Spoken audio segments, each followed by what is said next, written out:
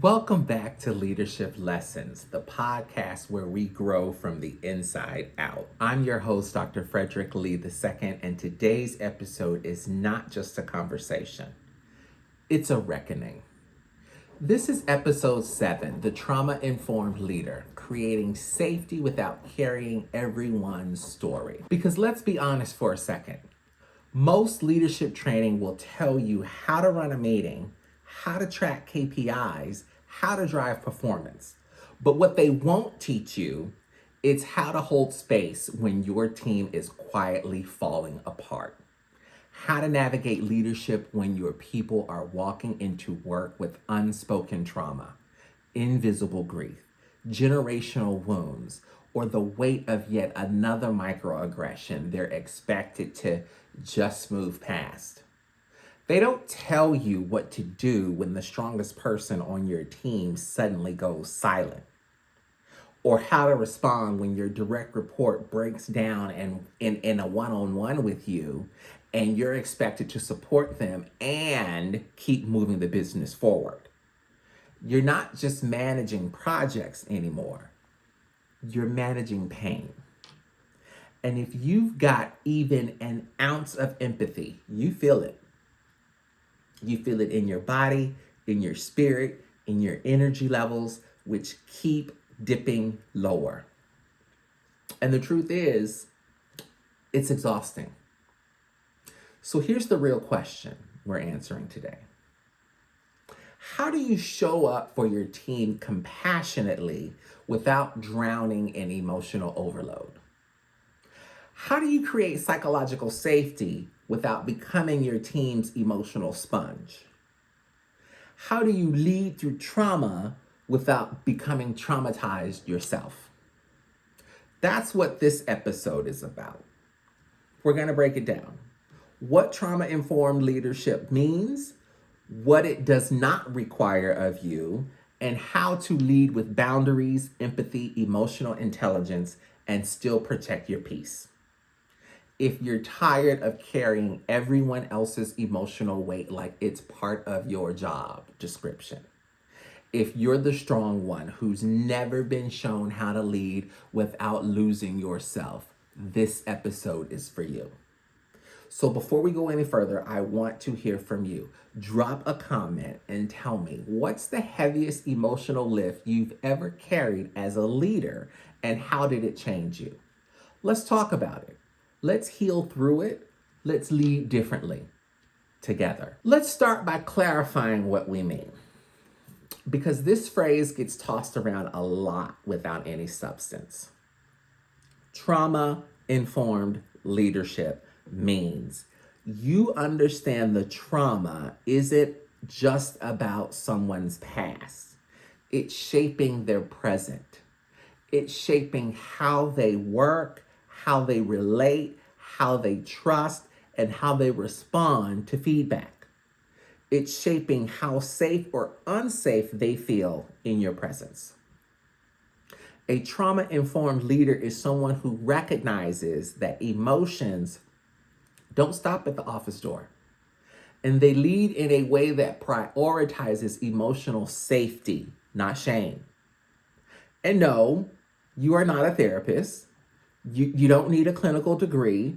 You don't have to absorb every story or solve every emotional need.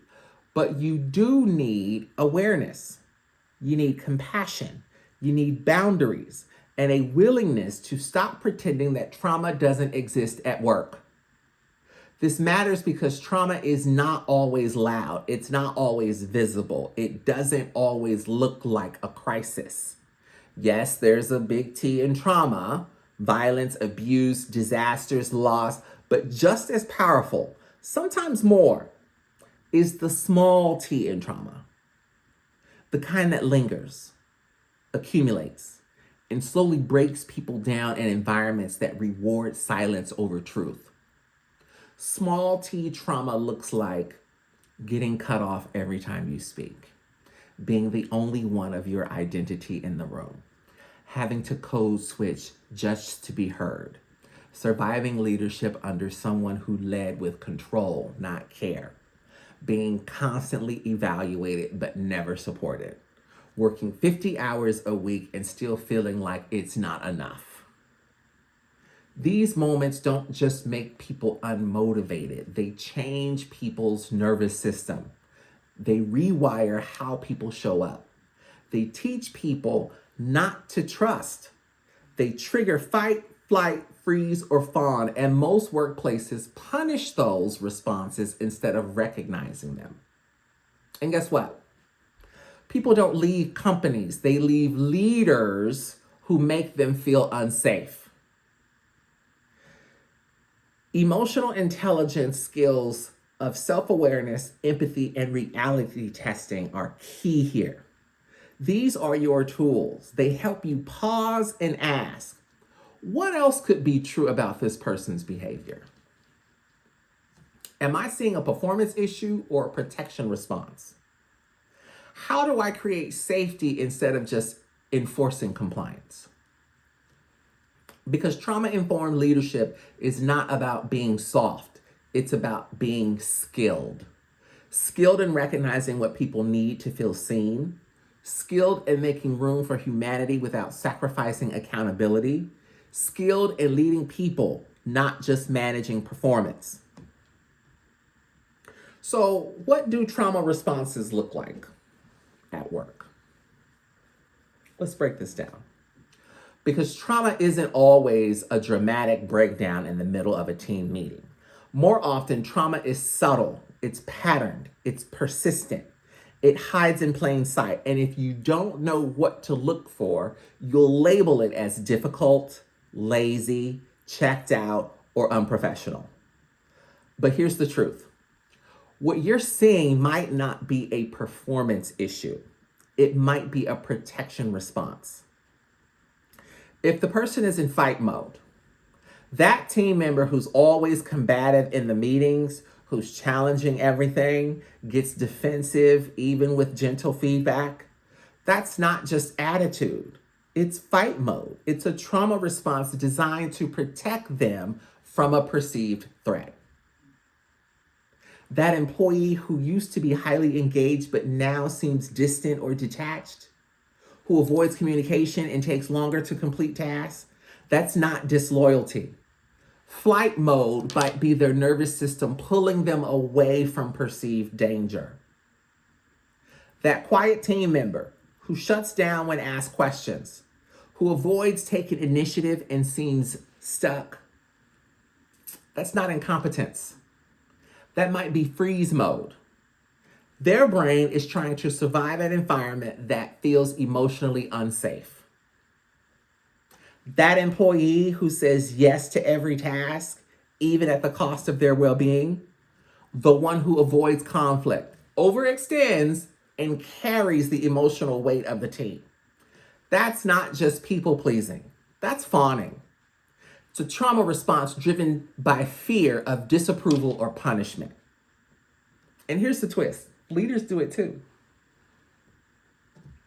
It isn't just about your team, it's about you. If you ever snapped at your team during a stressful week, that's fight. If you've ever delayed a difficult conversation for way too long, that's flight. If you've ever avoided giving feedback because it makes you uncomfortable, that's freeze. And if you've ever overfunctioned for your team to avoid conflict or guilt, that's fawn. That's not bad leadership. It's wounded leadership. And it's not your fault. You are not broken. You are not a bad boss. You're just carrying what no one helped you process. You're not dysfunctional. You've been conditioned, and your team has too. This is where emotional intelligence becomes your leadership superpower. Reality testing and impulse control at work here. Reality testing helps you pause and ask, what else might be happening beneath this behavior? Impulse control helps you respond with intention instead of reacting from frustration. The two together allow you to shift from what's wrong with this person to What happened to this person? And how do I create safety while holding accountability? Because trauma-informed leadership isn't about lowering the bar. It's about understanding why people show up how they do. So you can lead from fear to trust. That's not soft leadership. That's smart, sustainable, emotionally intelligent leadership. Now, if you've been feeling the weight of leadership and if you've been feeling the weight of leadership this season, this is your permission slip to lead with more humanity, boundaries, and emotional clarity. You don't have to carry it all to care deeply. You don't have to choose between empathy and effectiveness.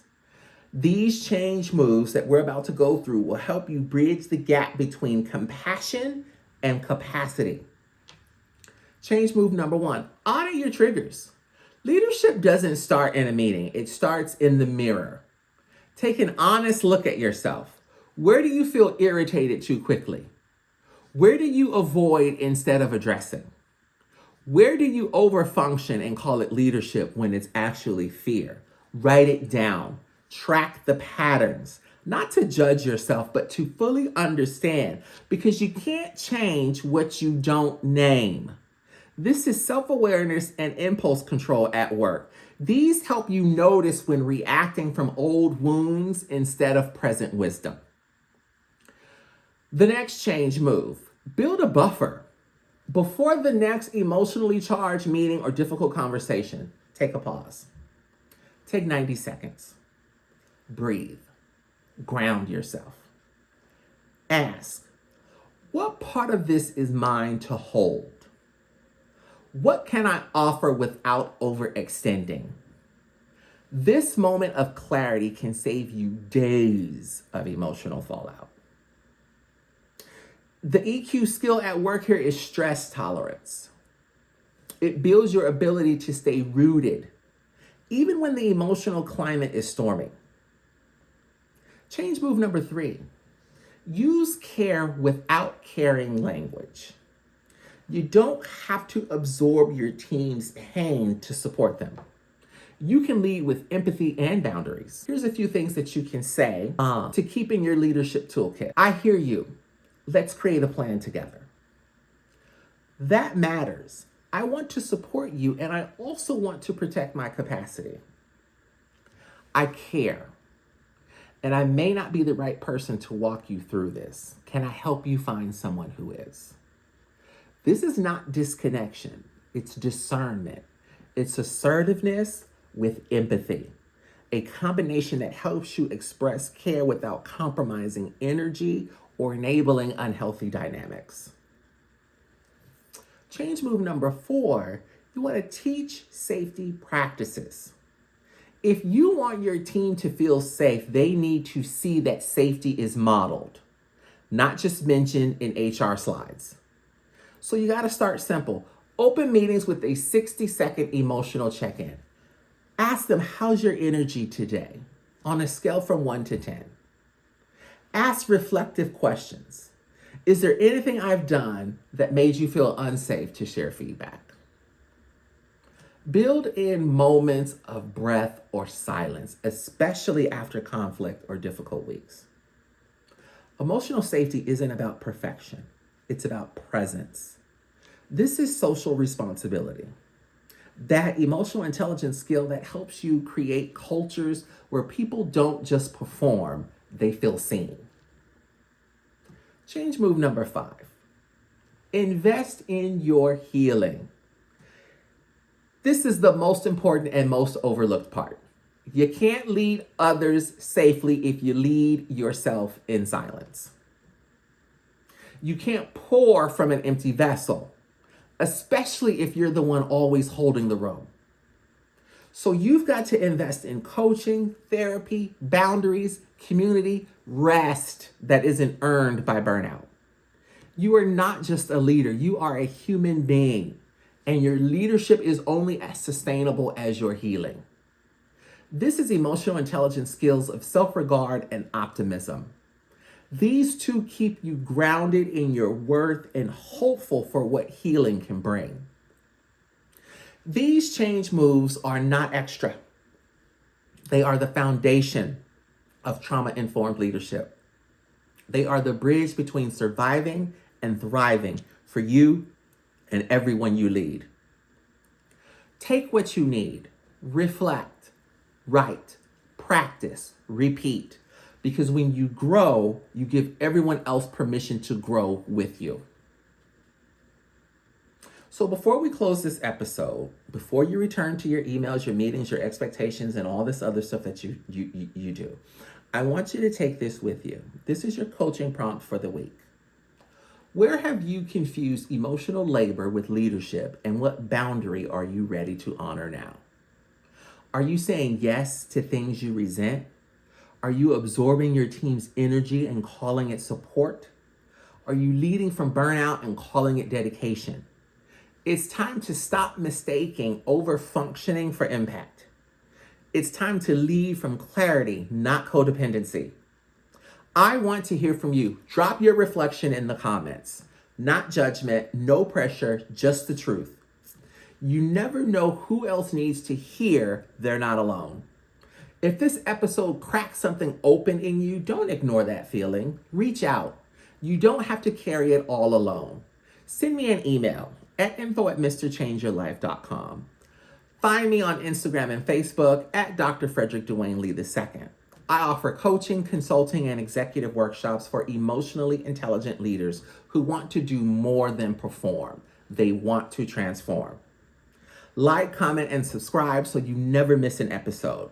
Share this with that one leader who holds it down for everyone but never stops to ask, who's holding me?